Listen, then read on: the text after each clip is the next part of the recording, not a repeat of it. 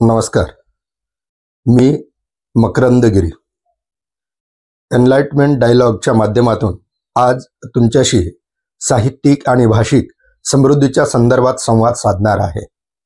आज आपण ज्ञानेशांची म्हणजे संत ज्ञानेश्वर माऊली यांच्या ज्ञानेश्वरीतील भुवी माझ्या मराठाची बोलू कौतुके अमृता ते पैजा जिंके ऐशी अक्षरे रसिके मिळविन.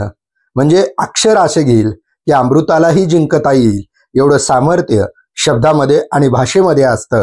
हे माऊलींनी 12व्या शतकामध्ये ज्ञानेश्वरीमध्ये लिहिलेलं आहे. आज त्या ज्ञानेश्वरीची भाषा, त्या ज्ञानेश्वरीला साहित्यिक दर्जा इतका उत्तुंग, इतका उदात्त, इतका महान आणि इतका उत्कृष्ट दर्जाचा आहे की कळतं की आपली भाषा प्रचंड गोडवा, समृद्धी आणि दर्जा संपादन केलेली आहे.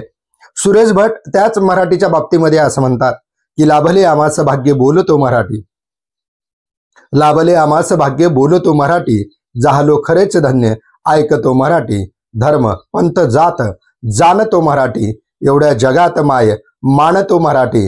म्हणजे मराठीला हा खूप मोठा दर्जा किंवा भाषा म्हणून त्या भाषेची समृद्धी साहित्यिकांनी, संतांनी आपल्याला सांगितलेली आहे.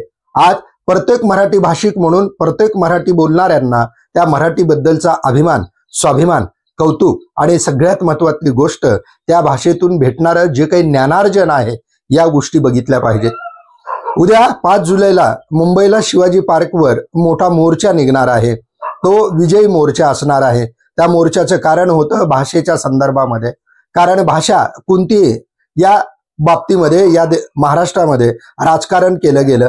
ते राजकारण करत असताना त्रिभाषा सूत्र हा राजकारणाचा शासकीय नियम समोर आलेला होता.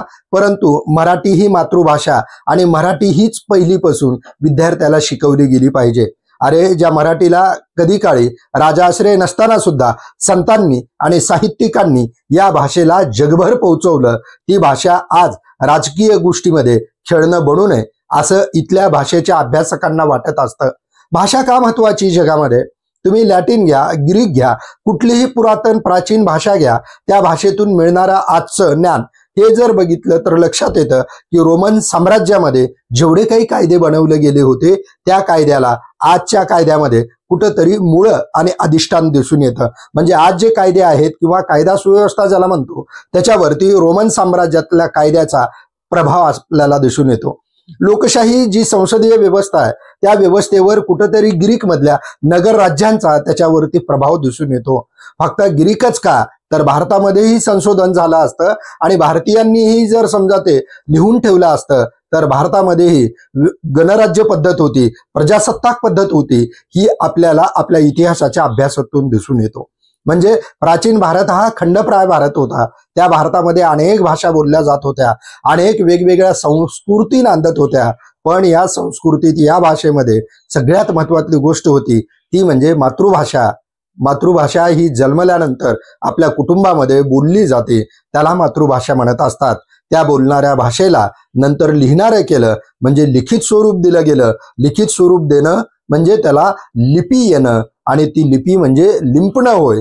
लिपी आणि बोलणं यातून ती भाषेची साहित्यिक समृद्धी वाढत असते आणि मराठीची नेमकी त्या पद्धतीनं समृद्धी वाढत गेलेली आहे हे सुद्धा अभ्यासकांनी लक्षात घेतलं पाहिजे.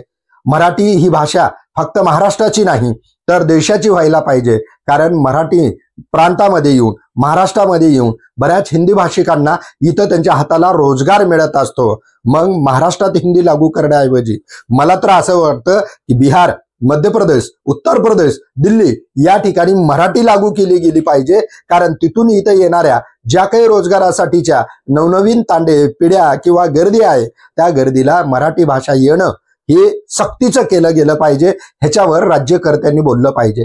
राज्यकर्त्यांनी राज्यकारभार करावा, राजकारण करू नये. राजकारण हे राजकारण्यांनी करावं.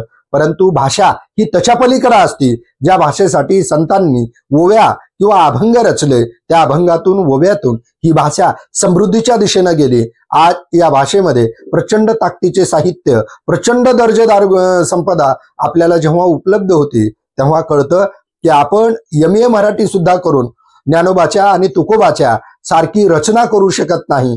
मग ज्या मराठीमध्ये एवढा दर्जा आहे, एवढी गुणवत्ता आहे, एवढी वारसा मोठा आहे, त्या मराठीला आज अभिजात भाषेचा दर्जा भेटल्यानंतर त्रिभाषा सूत्रामध्ये जर तिच्यासोबत राजकारण होत असेल तर इथल्या मराठी प्रेमी भाषिकांनी ते हाणून पाडलं, ते योग्यच केलं. मला तर असं वाटतं की आपण जोपर्यंत आपल्या भाषेच्या संदर्भामध्ये आपण आपली निष्ठा, आपण आपलं भाषाप्रेम, आपण आपल्या भाषेला जेवढं महत्त्व देऊ तेवढं आपली संस्कृती ही जगभर पसरत असते.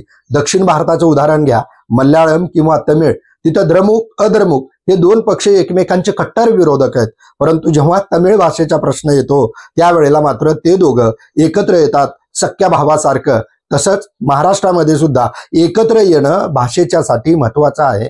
कारण या देशात जो काही इतिहास मोठा लिहिला जाईल त्याच्यामध्ये हिंदवी स्वराज्याचा संदर्भ हा सुवर्ण अक्षरातला.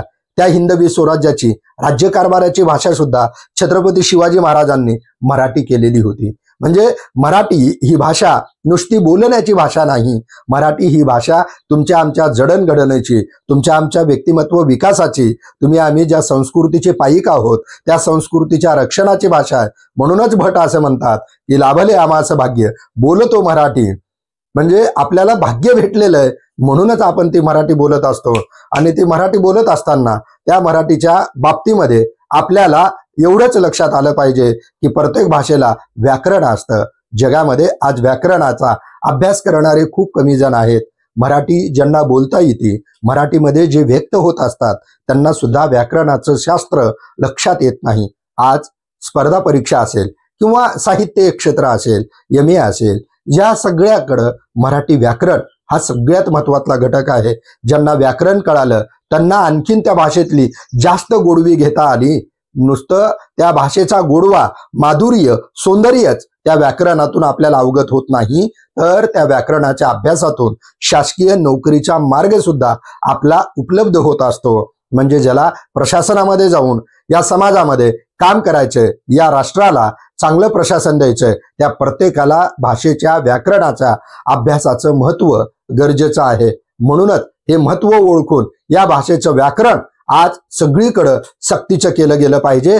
मी तर असं म्हणतो की पहिलीपासून जिथं मराठी भाषा शिकवली जाते, जन्मल्यानंतर जेव्हा लेकरू पहिल्यांदा बोलतं त्या कुटुंबातली जी भाषा ती त्याची मातृभाषा. म्हणजे कुटुंबातली मातृभाषा, शाळेतली शिक्षण भाषा आणि त्याच्यासोबतच व्याकरणाचं शास्त्र जर कळत गेलं तर या भाषेचं वैभव, भाषेची श्रीमंती वाढत जाणार आहे. आणि नुसती वाढत जाणार नाही तर या भाषेची साधना, या भाषेचा अभ्यास, या भाषेची सेवा जे कोणी करतील त्या सगळ्यांना मेवा भेटणार आहे. शेवटी भाषेच्या, शब्दाच्या वैभवानं, श्रीमंतीनं माणसाचं व्यक्तिमत्व हे विकसित होत असतं.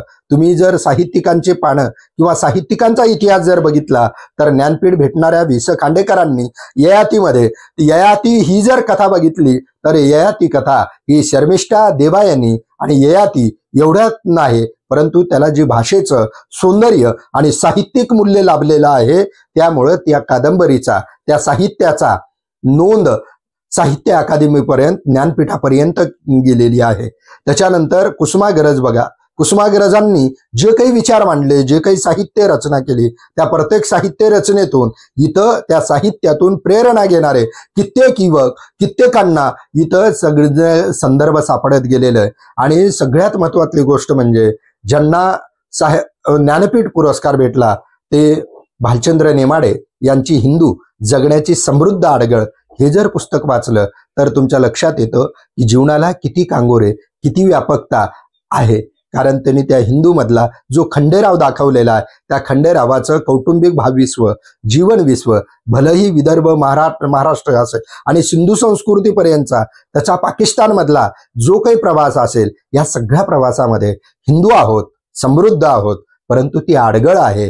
या सगळ्या गोष्टीचं विवेचन जेवढ्या समर्पकतेनं, ताकदीनं केलेलं आहे, मी तर असं म्हणेल हे चारीच्या चारी ज्ञानपीठ प्राप्त झालेले साहित्य तुम्ही आम्ही वाचले पाहिजेत. कारण साहित्यानं माणसाची वैचारिक श्रीमंती वाढत असते, साहित्यानं माणूस प्रगल्भ, परिपक्व बनत असतो. म्हणून भाषा ही माणसाला जसं विचार व्यक्त करण्याचं माध्यम आहे, भाषा ही माणसाला जसं आपले विचार मांडण्याचं माध्यम आहे, भाषा ही माणसाला जसं संवाद साधण्याचं माध्यम आहे, तसंच भाषा ही माणसाच्या विकासाची, जडणघडणीची, प्रगतीची गुरुकिल्ली आहे.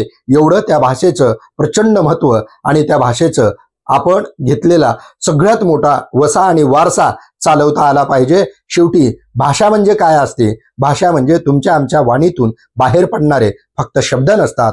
भाषा म्हणजे तुमची आमची भावना समोरच्यापर्यंत व्यक्त पोहोचावी यासाठीचा तो एक मार्ग असतो.